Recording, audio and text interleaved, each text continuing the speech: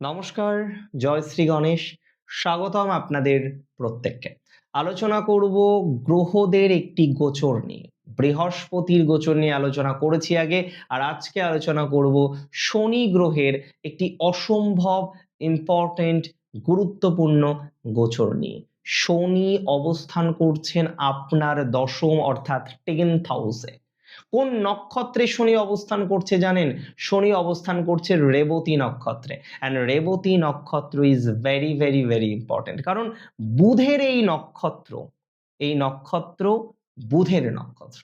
এই নক্ষত্রের দেবতা হলেন পূষা, খুব পজিটিভ নক্ষত্র। উত্তরণ এবং মোক্ষ এই দুটো বিষয় রেবতীর বিশেষ বৈশিষ্ট্য।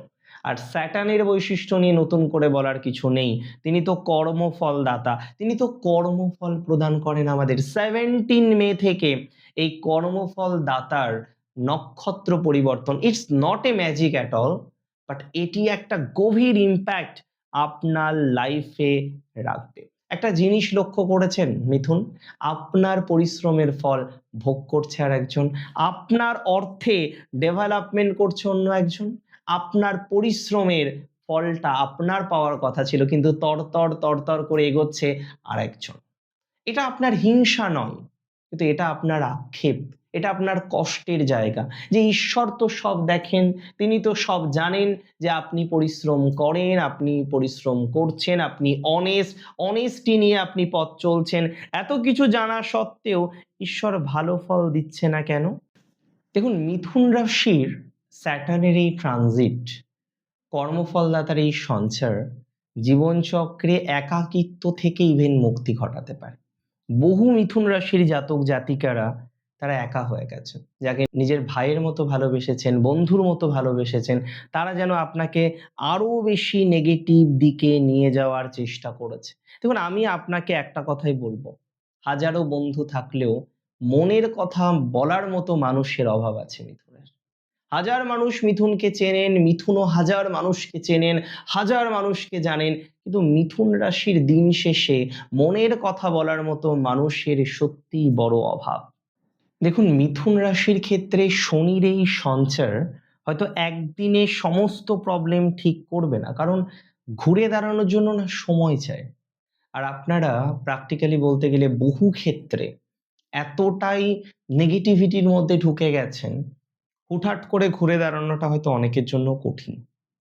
কিন্তু আমি আবারও বলবো, স্যাটার্ন রেবতীতে ঘুরে দাঁড়ানোর সময়, স্যাটার্ন রেবতীতে পরিবর্তনের সময়, পাল্টানোর সময়, আপনার জীবনচক্রে একাধিক বিষয়ে পাল্টানো, ফিরে আসার মতো ঘটনাগুলো আমরা এবার ঘটতে দেখতে পারবো। এটা কিন্তু 100% শিওর। যারা ভিডিও এডিটিং এর কাজ করেন, যারা কন্টেন্ট ক্রিয়েশন করেন, যারা যুক্ত রয়েছেন ডিজিটাল ক্রিয়েশনের সাথে, ডিজিটাল মার্কেটিং বা ডিজিটাল কোনো বিষয়ের সাথে যারা কানেক্টেড আছেন, আপনার ডেভেলপমেন্টের জায়গা কিন্তু অনেকটাই বৃদ্ধিপ্রাপ্ত হবে।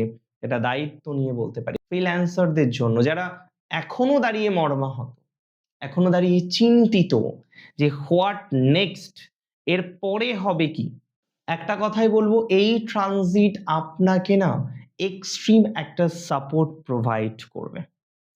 অনেকে মাঝে মাঝে দেখবেন ছোটখাটো প্রবলেম, হাতের ব্যথা, কাঁধের ব্যথা, স্নায়ুর কোনো সমস্যায় অনেকটা কাবু হয়ে যাচ্ছেন।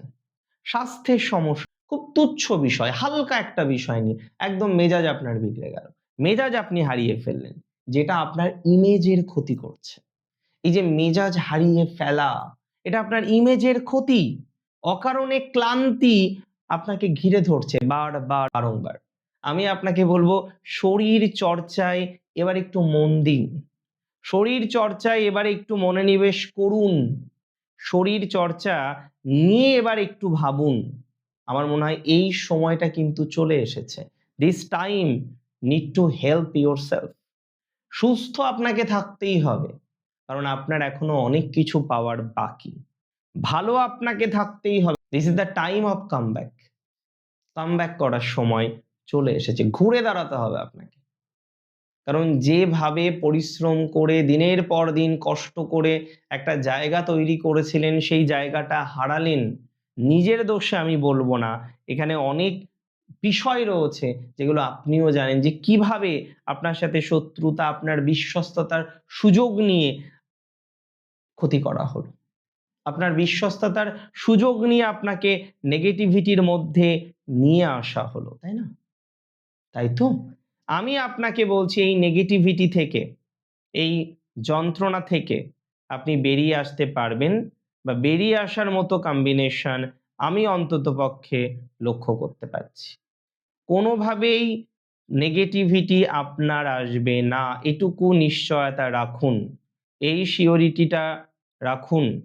একটা কথা বলবো, স্যাটার্নের ট্রানজিট তো রোজ রোজ হয় না। শনি একটি নক্ষত্রে নিশ্চয়ই 2 দিন বা 4 দিন বা 10 দিনের জন্য যাবে না।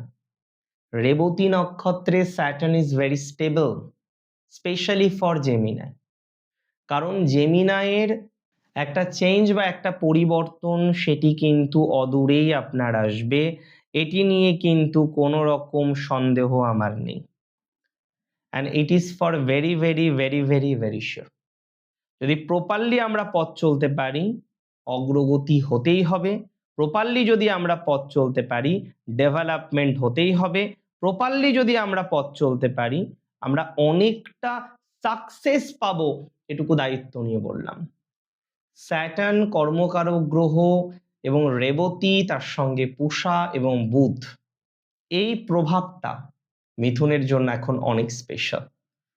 বারবার বলছি, মিথুনের ঘুরে দাঁড়ানোর সময় সেই সমস্যা কাটিয়ে ফেলার মতো ম্যাজিক সেটা আপনাকেই করতে হবে, আপনাকেই এগোতে হবে।